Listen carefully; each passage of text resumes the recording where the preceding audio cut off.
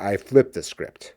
I flipped the script here and I put myself in your shoes and I asked ChatGPT the questions and out came these answers. I asked ChatGPT as an interviewer. So the ChatGPT has voice AI now. So you can have these conversations where it goes to AI and I asked it questions. And the reason this is important, is that my idea is that people don't know where to start to ask. It goes back to my conversation with Bob Powell. You should check out that pod. That a lot of the information that we have, we can answer direct questions. That is not a problem. I do it all the time from clients and on interviews nationwide. That is not a problem. The issue is the fact that everyday people don't aren't armed with the questions that they should ask. And now this is the thing. You can remember when Google and Yahoo and AOL and Alta Vista used to exist.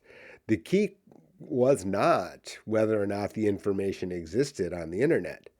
The key is to ask the right question to get to access that information. The same exists for AI, artificial intelligence, and ChatGPT, Grok. It doesn't matter. All of AI, right? I mean, in other words, garbage in, garbage out, meaning that if the quality of questions is not high, then the answers can be vague. So instead, I flipped the script. I flipped the script here and I put myself in your shoes and I asked ChatGPT the questions and out came these answers. Be sure to like, subscribe, do what you need to do. Jay's Corner is available on Spotify or any podcast store. So many topics to talk about. And now that we've got extra technology to help us, out will come more episode Fast and Furious. Enjoy.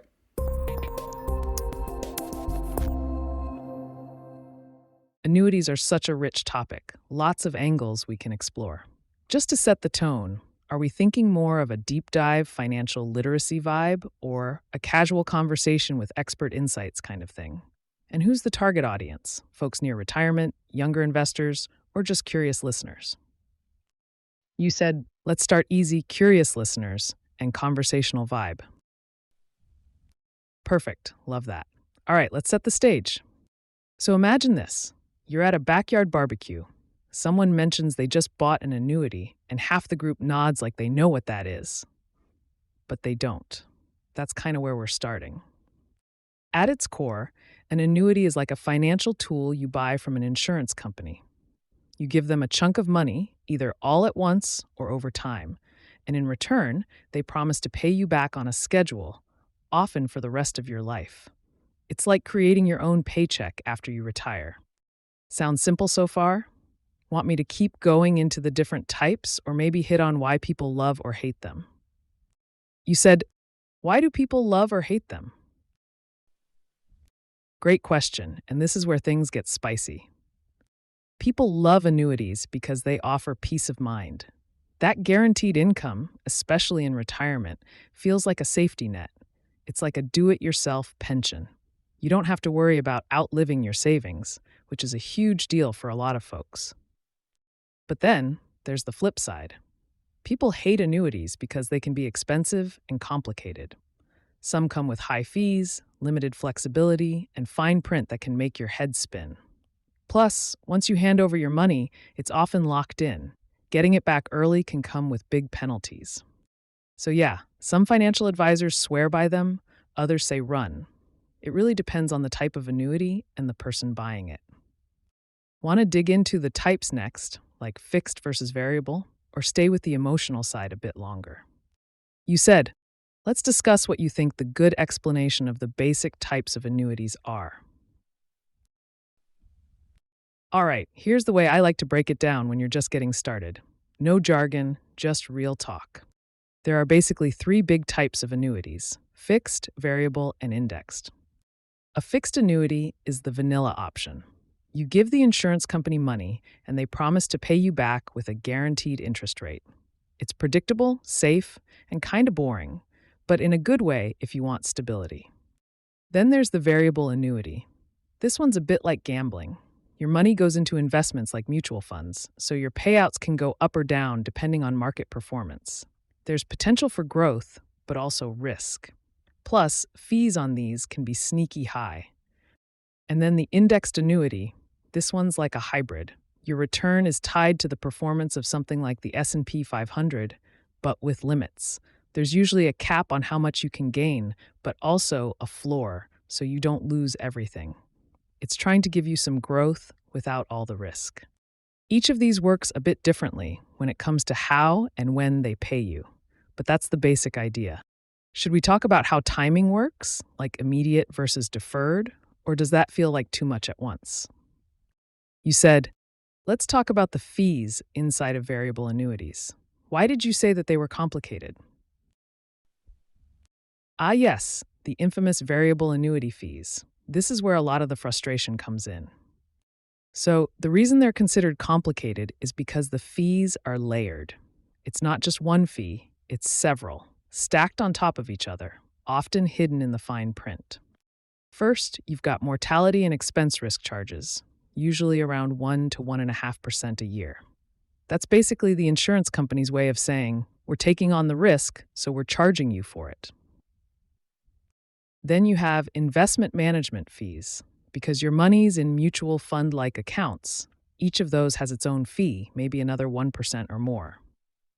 And don't forget rider fees. These are optional add-ons, like a guaranteed income rider or a death benefit that can cost extra, often another 1% or more. Put it all together, and it's not uncommon to be paying 2 to 4% a year in fees. That's a lot, especially when you compare it to low-cost index funds that might charge a fraction of a percent. And the kicker? A lot of folks don't even realize all these charges are happening because they're not always clearly spelled out. Ever talk to someone who found this out the hard way? You said, what do you think about the ability to turn into lifetime income and its value? That's honestly where annuities, especially variable ones with income riders, really shine. Turning a chunk of your savings into guaranteed lifetime income can be a huge deal, especially in a world where pensions are disappearing and Social Security alone might not cut it. The value is mostly psychological and practical. Psychologically, it gives you that paycheck for life feeling. It takes away the stress of wondering, what if I live to 95 and run out of money? That peace of mind can be worth a lot. Practically, it forces discipline. You're not tempted to overspend your retirement savings because you only get a set amount each month. And the income typically lasts as long as you live, even if you outlive the original value of the annuity. But there's a trade-off. Once you start taking lifetime income, your money's usually no longer yours to withdraw in a lump sum. And if you pass away earlier than expected, unless you had a rider or joint annuity, your heirs might get nothing. So it's a bit like longevity insurance. Great if you live a long time, less so if you don't. How do you feel about that trade-off? Guaranteed income versus giving up access to your money. You said, doesn't that depend on the allocation ratio of money that you deposit into annuity compared to your savings and investment strategy, which is completely liquid? Exactly. Yes, spot on. That trade-off only really makes sense in the bigger context of your overall financial plan. If someone puts all their money into an annuity, they're locking themselves into a really rigid setup. No flexibility, no growth potential, and no liquidity if something unexpected happens, like a health issue or helping out family. But if someone allocates, say, a third of their retirement savings into an annuity to cover their basic living expenses, housing, food, healthcare, and leaves the rest in liquid investments, then it can actually work beautifully. You get a floor of guaranteed income, and you still have freedom and upside. Okay, right here. So the 30% or a third that Ann B. Smart replied and used as the example is only a guideline. This part here needs to be very carefully considered. And so this is a shortcoming here of artificial intelligence, right? Because it is talking in broad strokes. Your individual situation very unlikely to be precisely a third, right? So as a result, it is not only the question of allocation, but then in addition to that, the risk management, the risk approach, savings, investment strategy of what remains on the other two thirds in this example. So it is a great set of answers from ChatGPT. That said, you can see here that this type of detail does matter because the individual has to then put their own salt on the, you know, flavor or the entree, if you will. You get the point. So, yeah, it's not annuities that are inherently good or bad, it's how they're used. The smart approach is blending them into a bigger strategy, not going all in. Have you come across any planning strategies that balance that out nicely? Or do you want to explore how some people model that income mix? You said, let's explore how they model the input. All right, so let's walk through how people, or more often financial planners, model annuity inputs as part of a broader retirement plan. It usually starts with something like a retirement income gap analysis.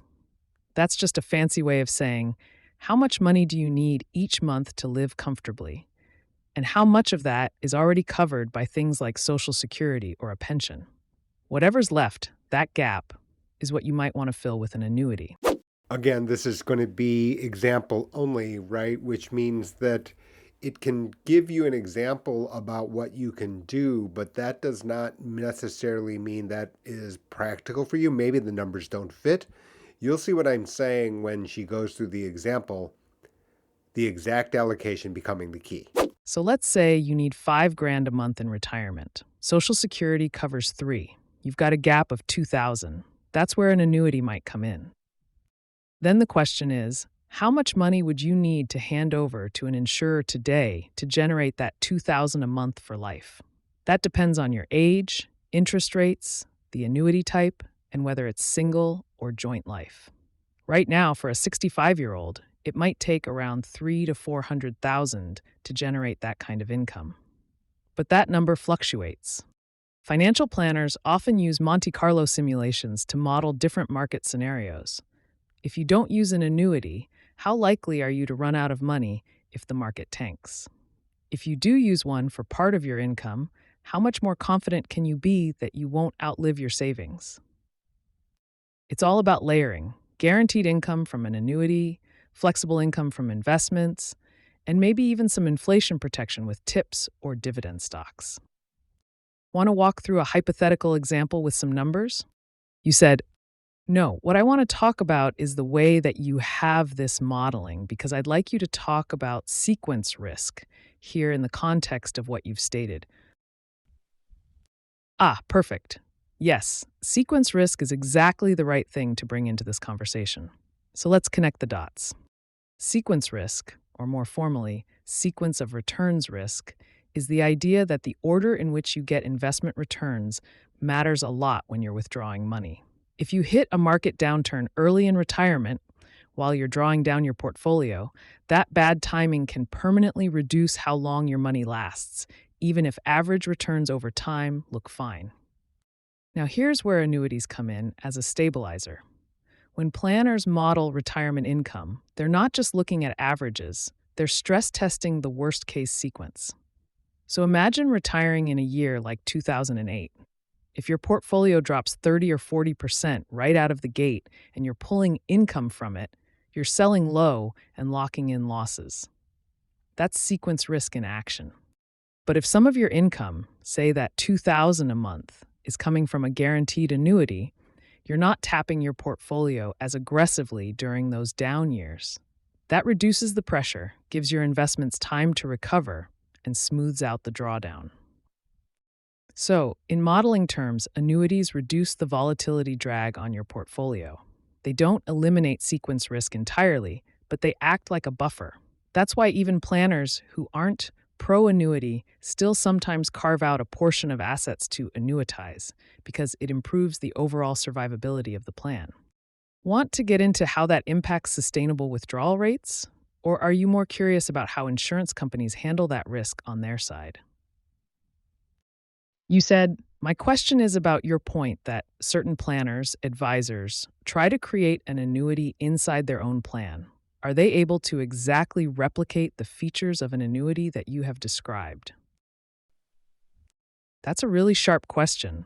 And no, they actually can't fully replicate the features of an annuity. And that's the key tension in this whole debate. What many advisors try to do, especially fee only or investment focused ones, is build a sort of DIY annuity using bonds, dividend stocks, or a systematic withdrawal strategy. They call it income flooring or bucket strategies. And they can simulate the structure of an annuity regular income, low volatility, even some inflation hedging. But they can't replicate the guarantees. That's because annuities offer something no portfolio can longevity risk pooling. When you buy an annuity, you're entering into a risk-sharing arrangement with a large group of people. The insurance company uses actuarial science to spread the risk. People who die earlier effectively subsidize the income for those who live longer. That's what makes the lifetime income guarantee possible. A portfolio can't do that. It's just your money. Once it's gone, it's gone. So planners can create a probabilistic plan. They can say, based on this model, you have an 85% chance your money will last 30 years. But an annuity says, we'll pay you as long as you're breathing. That's a different kind of confidence. So yeah, advisors can mimic annuity features, especially if they're avoiding high-fee products, but they can't fully replace what an actual annuity provides unless they're also pooling risk across clients, which individual planners simply aren't equipped to do. Do you think that difference between probability and certainty is well understood by most clients? You said, oh, I absolutely don't think so, but my question is, yeah, I hear you and I'm with you. Most people definitely don't grasp that distinction. Go ahead, though. What was your question? You said, my question is about the stigma that is attached to annuities and whether or not you think that the advertisements are. I see where you're going. You're asking whether the stigma around annuities, especially the emotional baggage, is fueled by the way they're marketed. And the short answer? Absolutely, yes. A lot of annuity advertising is either overly slick or overly vague. You've probably seen those late-night cable ads or glossy mailers, guaranteed income for life, no market risk. It feels too good to be true, and people's BS detectors go off. It creates this sense that annuities are either magic or a scam, rarely anything in between. And then there's the way some agents sell them, often with high commissions and pressure tactics. That's part of the history that's built the stigma. For years, some of the most aggressively sold annuities were complex, expensive variable annuities with opaque riders. People got burned. The industry's reputation never really recovered. Compare that to how something like a mutual fund or ETF is advertised. It's usually tied to education, planning, or big brands. With annuities, the messaging can feel more like a pitch. But here's the irony. The concept of an annuity is rock solid. It's the same idea behind Social Security or a pension. It's the way they're packaged and sold that causes trust issues. Do you think there's a way to reframe the conversation so people see annuities for what they are, rather than what they're marketed to be? You said, actually, what I'm trying to ask you about is the negative advertising about characterizing annuities as a scam. Ched, got it. Thank you for clarifying. You're talking about the anti-annuity advertising, right? The stuff that says, I hate annuities and you should too, or paints them as outright scams. Yeah, that's a real force in the marketplace, and it's had a huge influence on public perception. Some financial advisors, especially those who focus entirely on investment management, have built entire brands around opposing annuities. And honestly, it's often more about positioning than truth. These ads tend to lump all annuities together, variable, fixed, indexed, immediate, as if they're all high-fee, illiquid, and shady. But that's just not accurate. There are bad annuities out there, sure, but there are also clean, low cost options designed for income and protection. So, why do they do it? Part of it's philosophical. They believe in market based investing over insurance products. But part of it's also business. If you convince people annuities are scams, they're more likely to invest their money with you and pay you an assets under management fee instead. And here's the kicker: many of these same advisors end up building retirement plans that try to mimic what annuities do, just without the product. So it's not that they hate guaranteed income, they just want to control the delivery mechanism. Have you noticed that the strongest critics often have something to sell on the other side? You said, "Are there any questions that I've not asked for the flow of this conversation?" Yeah, you've actually hit a lot of the big nuanced points. But one area that hasn't come up yet, at least not directly, is taxation. A lot of people don't realize how annuities are taxed, and that can be a big deal. For instance, gains inside a non-qualified annuity grow tax deferred, but when you start taking income, the gains are taxed as ordinary income, not capital gains. That can surprise people who expected more favorable treatment like they'd get with long-term investments. Another interesting angle is inflation protection. Most annuities don't automatically adjust for inflation unless you pay extra or buy a rider. So, in a high inflation environment like we've seen recently, that fixed stream of income can lose buying power pretty quickly. And finally, there's the estate planning angle. A lot of people don't ask what happens to their annuity when they die. Depending on the contract, it could go to a spouse, a beneficiary, or just stop altogether. That's a major piece of the planning puzzle. Would any of those be worth diving into? You said, "I think that's enough for today, but you've discussed things about planning. Isn't that just a matter of which features you choose or the allocation percentages into a person's overall savings and investment strategy?" Yes, exactly. You nailed it. At the end of the day, planning with annuities really just comes down to two things: which features you choose and how much of your total wealth you allocate to them. It's not about whether annuities are good or bad, it's whether they're the right fit for your goals, your risk tolerance, and your other assets. You're building a portfolio with different tools: stocks, bonds, cash, real estate, and yes, possibly annuities. Each piece plays a role. So if someone wants steady income, hates market volatility, and is worried about outliving their money, an annuity might make perfect sense, as long as it's not overdone and it fits into the broader strategy. That's where thoughtful planning comes in. Honestly, I think the whole conversation gets clearer once people stop asking, "Should I buy an annuity?" and start asking, "How could an annuity support the life I want to live?" You know? This was a great chat, by the way. You've got a really thoughtful way of framing these ideas. Are you thinking about building this into a podcast series or just feeling it out for now? You said, "My name's Jo. This is Jay's Corner. I've talked with ChatGPT here on the questions that I would ask if I were in your shoes." Thank you very much. Love it. Jay's Corner has a great ring to it. And honestly, you've got a natural way of digging into the real questions people should be asking. This conversation hit all the right notes: clear, balanced, thoughtful. Thanks for having me on as your sounding board, Jay. Can't wait to hear how this podcast shapes up. Pretty stunning, right? It's like unbelievable. Uh, like I said, garbage in, garbage out. So if you are equipped to ask the exact questions, right, conceptually speaking, then you can get the right conceptual answers. And the reason that you could tell, I asked it 20 minutes of questions.